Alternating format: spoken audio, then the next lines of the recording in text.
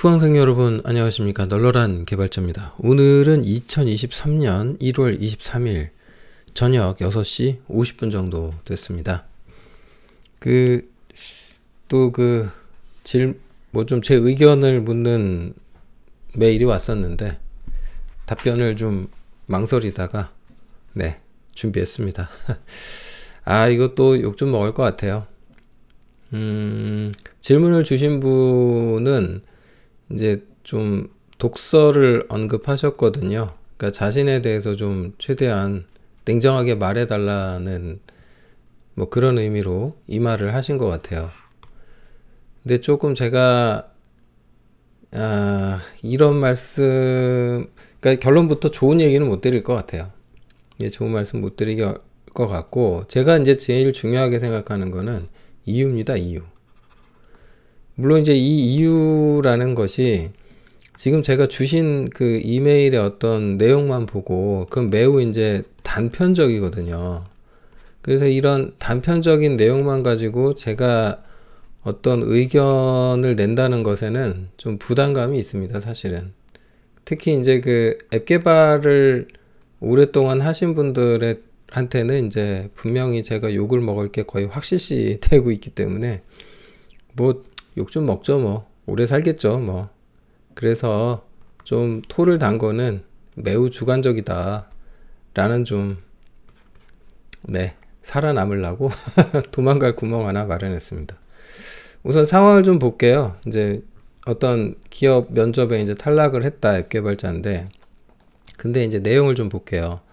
현재 상황을 이렇게 설명하셨어요. 경력이 4년이나 됐고 30살이다. 그러면 여기서 이제 30살에 4년이면 이제 26세, 그리고 남자분이신 것 같거든요. 그러면은 분명히 이제 학생이었을 때 어떤 경력이 시작됐다는 거죠. 아니나 다를까 대학생활 중에 이제 2019년에 동기와 함께 창업을 하셨다라고 하셨어요. 그리고 나서 모바일 앱 외주 업무를 병행하셨는데, 이것만 딱 읽어봐도 이게 어떤, 제가 보기에는 전형적인 어떤 그 트랙이에요. 전형적인 트랙이다라고 말씀을 드릴 수가 있는데, 뭐에 대한 전형적인 트랙이냐면은, 이게 어떤 서비스를 본인이 가지고 있다고 해도 그것이 실증되어 검증되는 게 쉬운 게 아니에요.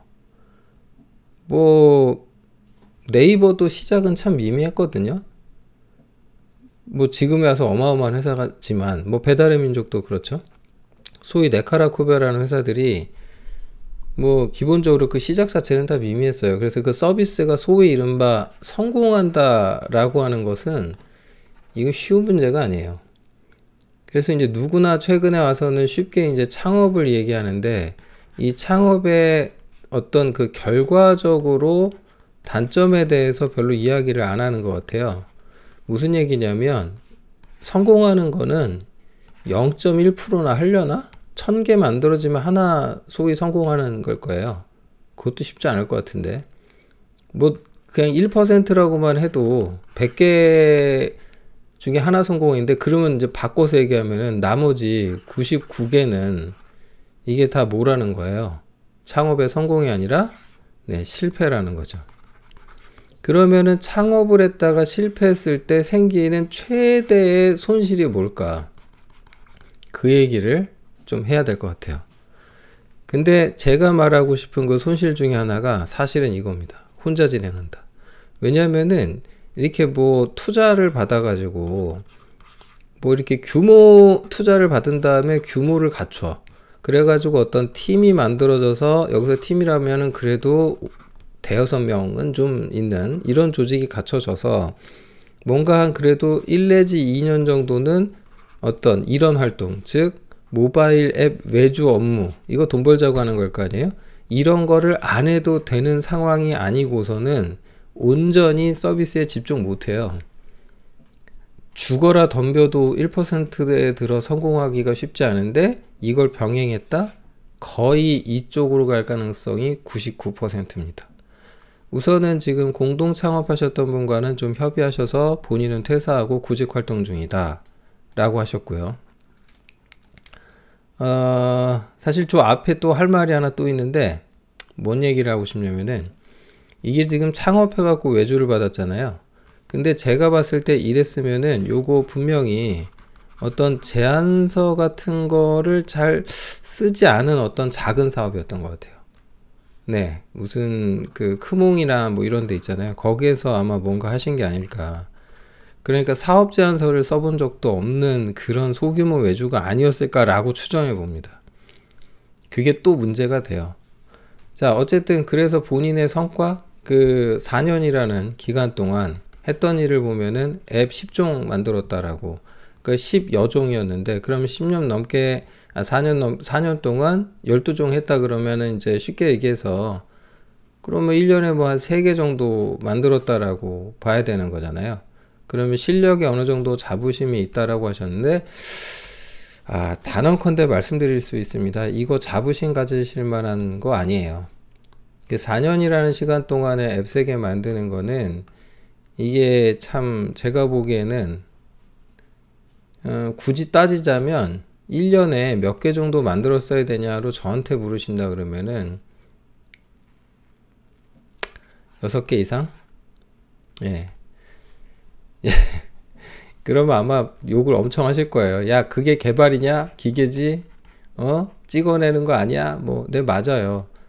근데 그 외주 사업을 한다라고 하는 것에서 이게 이제 사실은 생산성으로 이어지고, 그렇게 해서 좀 내가 돈도 벌고 성과를 거둔다라고 하는 거는요, 내가 뭔가 하나 앱이든 뭐든 소프트웨어를 이렇게 개발을 해두죠. 그러면 내가 처음에 짤 때는 책도 보고 고민을 하죠. 그러나 똑같은 거 혹은 비슷한 거 짤 때는 책을 그만큼 안 봐요. 볼 이유도 없고 머리에다 들어있으니까. 그러면 이제 기존에 자신이 만든 기존 성과물이 있잖아요. 여기에서 일부는 컨트롤 C, 컨트롤 V, 복붙을 몇 개 따다가 만들든지 그거에 붙여서 살짝 응용하고 이렇게 되거든요.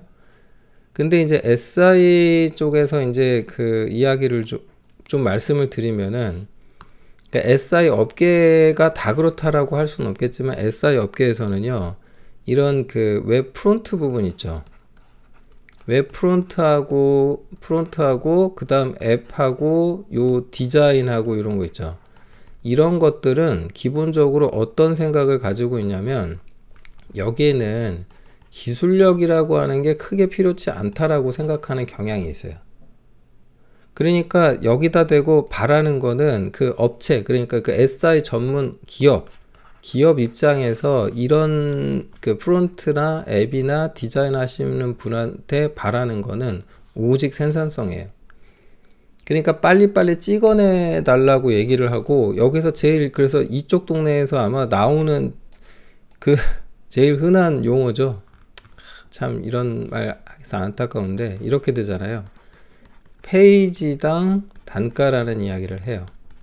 그러니까 화면이 몇 개냐, 그리고 뭐 거기에 반응형이 붙냐 마냐 이런 거하고 프론트에서 얘기하니까, 물론 이제 뭐 고도화된 웹 프론트의 프레임워크를 가지고 뭐 만드는 분들 입장에서 그 뭐 기분 나쁘실 수도 있는데, 냉정하게 말씀드려서 진짜 그래요. 이쪽 동네에서는 이렇게 얘기를 해요. 그러니까 외주 업무를 하셨다 그러면 그때 아마 돈 이렇게 받으셨을 거예요. 페이지당 단가로. 그러다 보니 이게 이제 그 본인은 뭔가 했다라고 생각을 하시지만 이 자부심을 가질 만한 정도는 아니고요. 왜 그러냐면은 그래봤자 학부생이 하는 어느 정도? 네, 그리고 사실 뭐 웹 프론트의 상당수 부분들은, 그러니까 웹 기술이라는 것의 상당수 부분들은요, 소위 노하우라고 할 만한 것들은 잘 없어요. 왜냐면 이제 구글에다가 검색만 해보면은 예제 찾기가 정말 쉽거든요. 너무 잘 돼 있죠. 특히 뭐 서양의 어떤 그 코드 아카이브 사이트 같은데 좀만 뒤져보면은 뭐 어지간한 거는 뭐 예제를 구할 수가 있으니까. 그러니까 이게 참 마음이 아픕니다. 그럼 중요한 거는 여기서 이제 기술 면접에는 통과를 하셨대요. 어떤 강소기업에 좀 면접을 보셨는데 기술 면접은 통과했다. 그러니까 이제 앱 개발하고 뭐하고 요런 거는 이제 뭐 실력이라는 측면에서 보면은 경력도 그 정도면 됐고 실력도 됐고, 뭐 이제 냉정하게 아마 이 회사 임원들 입장에서는 가성비를 따졌을 거예요. 그 4년 차가 중요한 게 아니고 앱을 찍어내는 능력이 얼마나 있는가 그걸 생각했을 텐데, 기술 면접에서 통과했다라고 하는 거는 그 부분에서 인정을 받으셨을 텐데, 이 임원이라는 양반들은 뭔 생각을 하냐? 아, 무려 4년 차야? 4년 차 이렇게 되면은 여기다 대고 무슨 급을 바라냐면은 최소 그러면 대리급 인력이라는 거거든요. 기업에서 이제 원급이 아니라 대리, 뭐 그거 넘어가서 이제 과장급 뭐 이렇게 된다라는 것은 다른 말로 하면 리더가 돼달란 얘기예요. 그러니까 이 기업이 뭘 하는 기업인지 모르겠지만 이 리더로서의 역할을 기대하게 돼 있거든요. 근데 여기서 안타깝게도 창업을 했잖아요. 그쪽에서 일을 하고 외주 용역을 했죠. 그러면은 이때 드러나는 게 그 창업하셔가지고 딱 요 트랙 타가지고 생기는 가장 큰 손실이 바로 그거예요. 혼자 했잖아요. 그러니까 이게 지금 본인은 열심히 노력했다고 생각하지만 큰 기업들을 다들 이렇게 어떤 그 대기업을 가고 싶어 하고 여기에서 뭔가 이쪽으로 가려고 하는 뭐 여러 이유가 있겠죠. 소위 근데 뭐 대기업이든 어디든 뭐 좋은 기업에 가려는 이유 중에 하나는 그 기업이 가지고 있는 그 기업의 어떤 그 문화라고 할까요? 이런 게 있는 거예요. 그러니까 신입사원이 오면 너 당장 일해. 그건 소기업은 그렇죠. 그러니까 기업에서는 이제 그런 기업들은 즉시 전력을 원하는데 좀 큰 기업들은 그럴 생각을 안 해요. 경력자라 하더라도 심지어 뭐 우리 회사에 문화가 있으니 이거에 따르는 소양 교육을 한다거나 뭐 이런 걸, 그러니까 이런 대기업이든 뭐 뭐든 이런 좋은 기업은 자체적인 어떤 시스템을 가지고 있어요. 그래서 그 시스템에 당신이 들어와라 라고 요구를 해요. 익숙치 않으니까 시간을 줄게. 근데 우리 회사는 이미 이러이러한 시스템을 갖추고 있어. 당신도 이 시스템에 적응해야만 해. 그런데 여기서 이제 그런 걸 뭐 나쁜 관점으로 보면 뭐 쳇바퀴 도는 뭐 다람쥐가 됐네 어쩌네 뭐 그딴 소리를 할 수도 있는데, 저는 진짜 단언컨대 그건 말도 안 되는 그딴 소리라고 말씀드릴 수 있어요. 이 시스템이라는 거에 대해서 되게 폄하하시는 분들이 있거든요. 그거 되게 나쁜 태도예요. 왜냐면은 그 대기업이든 어떤 좋은 기업이든 이 시스템이라는 것은 이거는 결과예요, 결과.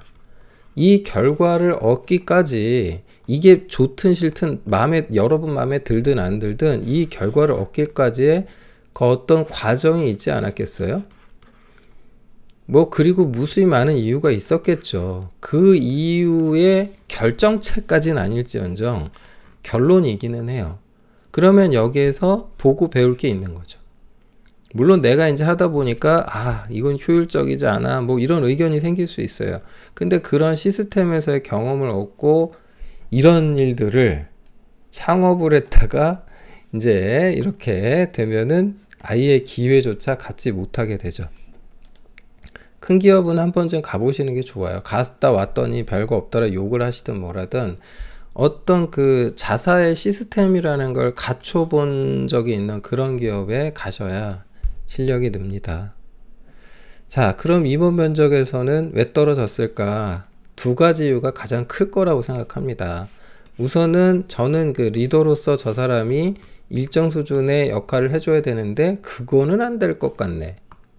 이거는 그냥 기계적으로 앱 잘 찍어내는 사람 아니야? 그런 거는 외주줘서 해결해도 되는 거 아니야? 굳이 사람을 뽑아야 돼? 요즘 같은 때에? 안 그래도 분위기도 안 좋은데 이제? 그건 좀 고민인데 했을 거예요. 그거보다, 그리고 또 한 가지 이제 임원 입장에서 이거 되게 중요하게 여러분, 이거 잘 생각해 보세요. 뭔가 창업을 했다는 그런 어떤 경험이, 이 경험이 임원 면접에서 도움이 될까요? 안 될까요? 대기업에서는 뭐 훌륭하네요. 좋게 봐줄지 모르겠는데요. 강소기업이요? 이런 입장에서 창업 경험은 어떻게 해석될 수도 있는 문제냐면, 이거는 뭐 사람마다 다르겠지만 이렇게 볼 수도 있어요. 언제든 나갈 사람으로 보일 수도 있어요. 그러니까 얘는 이제 창업이라는 걸 해봤잖아요. 그러니까 지가 사장이라는 걸 해볼 생각을 했잖아. 그러면 리더십이 있다라고 생각을 하겠지만 그렇지 않을 수도 있어요. 정반대로 언제든 나갈 수도 있는 사람이라고 생각할 수도 있어요. 이거는 생각보다 이슈사항이에요. 창업을 해봤다. 그래서 무슨 경험을 했어요? 물어는 보겠지만, 예, 그 뭐 냉정하게 얘기해서 어떤 학부생이 뭐 자신의 실패를 통해서 어떤 교훈을 얻었다 정도만 좋은 경험 하셨네요, 이 말은 할 수 있을지 모르겠지만, 그래서 그런 경험을 가진 당신이 우리 회사에 도움이 되느냐, 이렇게 보는 문제는 전혀 다른 문제입니다. 무엇보다 이제 창업을 해서 언제든 나갈 수 있다라고 느끼는 이유는, 그리고 또 이거예요. 뭐 그놈의 뭐 이제 크모이든 어디든 이제 외주 플랫폼이 너무 잘 돼 있잖아요. 그러니까 또 그 생각도 들어요. 이 사람이 정말 우리 회사 업무에 집중을 잘 할까? 어? 얘 정말 우리 회사를 위해서 집중 잘 할까? 이거 의심하게 돼요. 그러니까 낮에는 회사에서 일한다고 하고 있거나 뭐 해놓지만은 퇴근하자마자 칼퇴근 해가지고 집에 쫓아가서 사실은 그 다른 일을 또 하고 있는 거 아니야? 이 고민을 해요.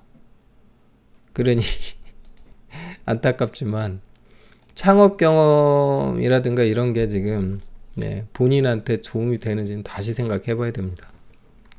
스스로도 말씀을 하셨어요. 나는 앱을 제작하는 기계일 뿐이었구나.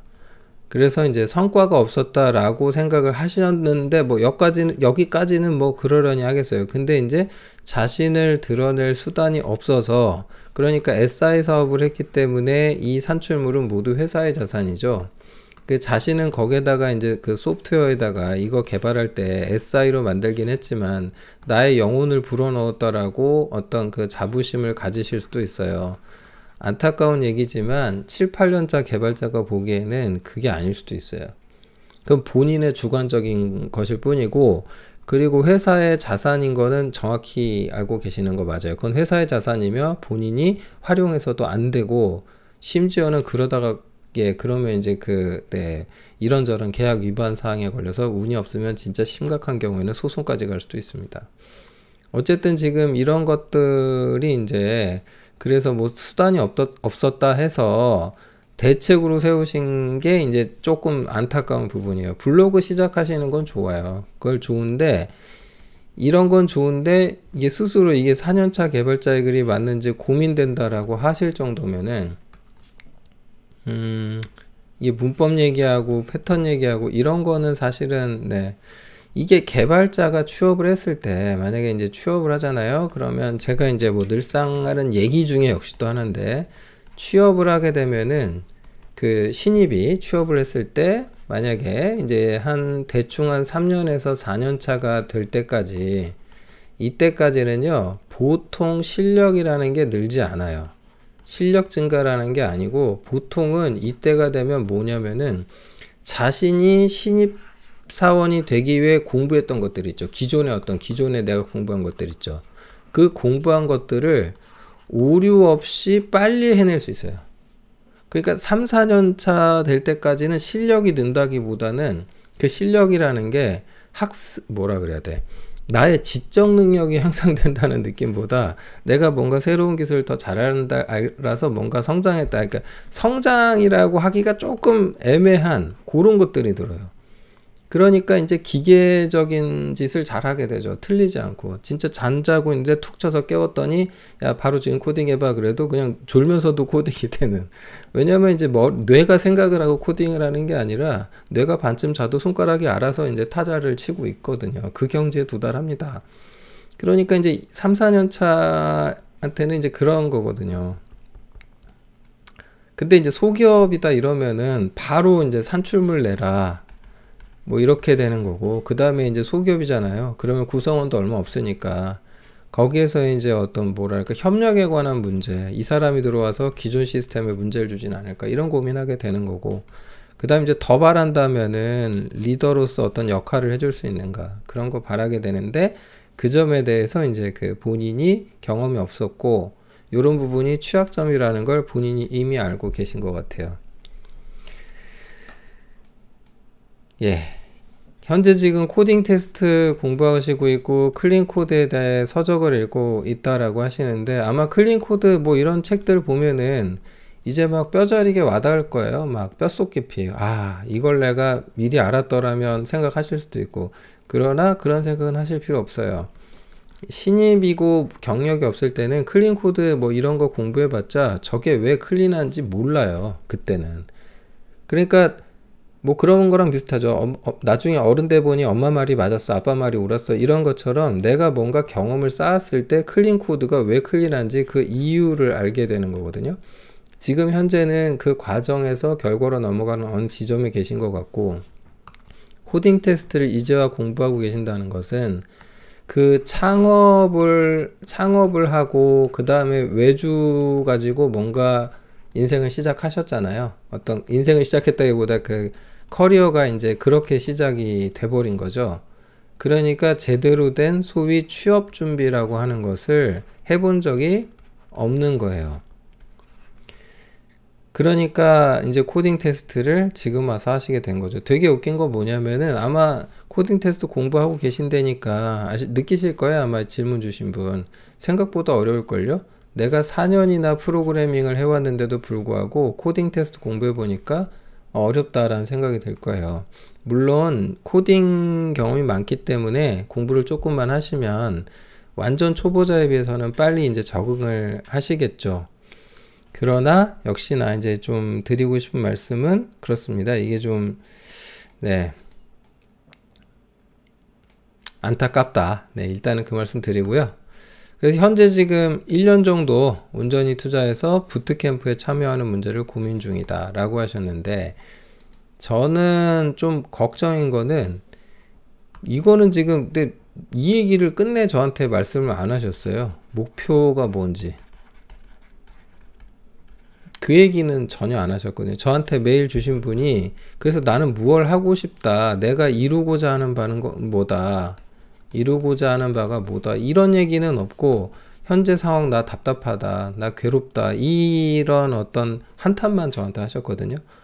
그런 거는 제가 방향성을 제시해 드리는데 전혀 뭐 어떻게 해드릴 방법이 없어요.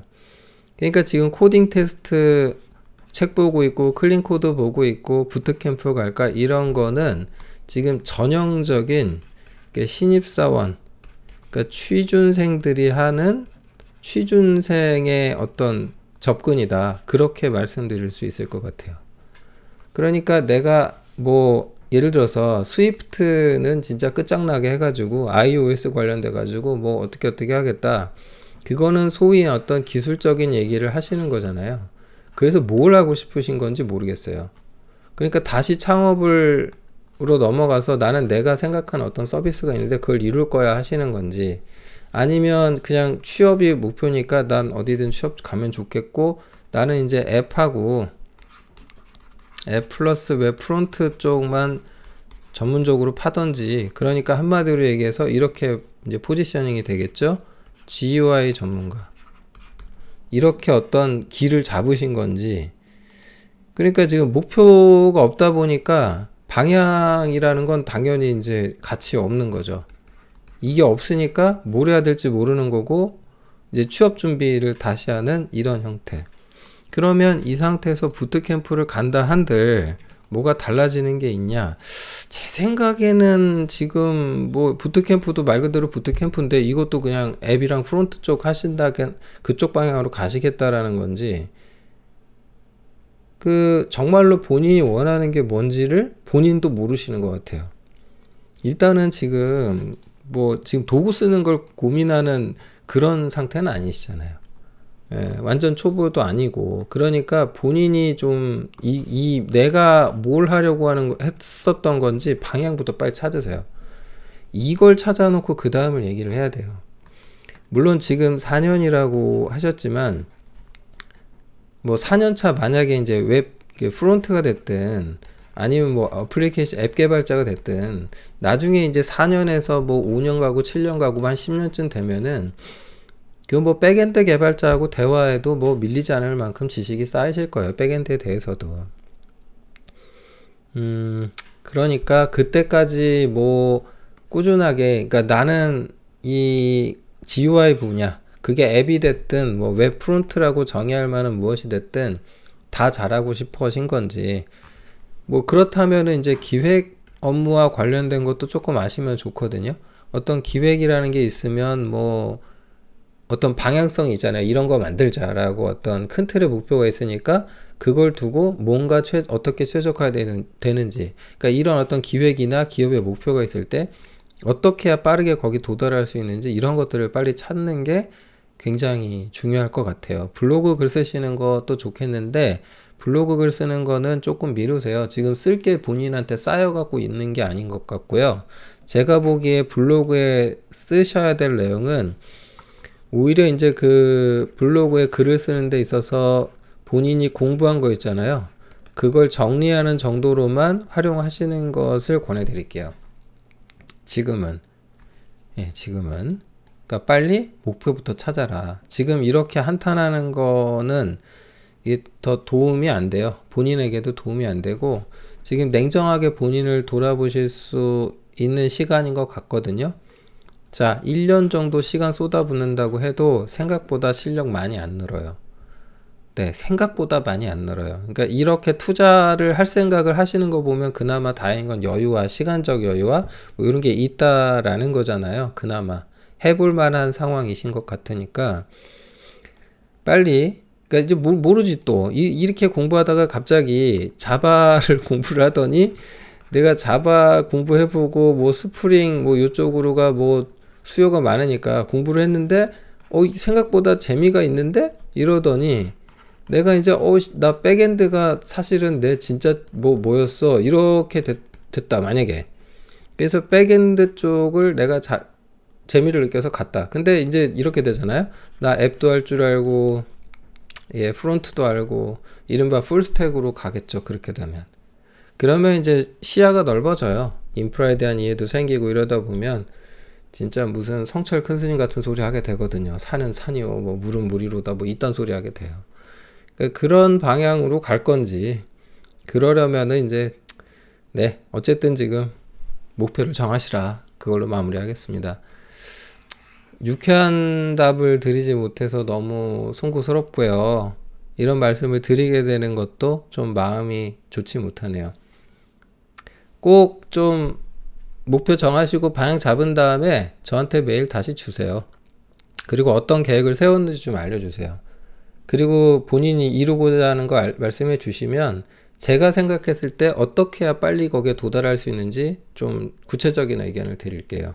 그러니까 질문 주신 분을 구체적으로 밝히는 게 좋지 않은 것 같아서 딱히 말씀은 안 하셨지만 제가 구체적으로 어떤 분이신지는 그 글은 감춰서 정리했습니다.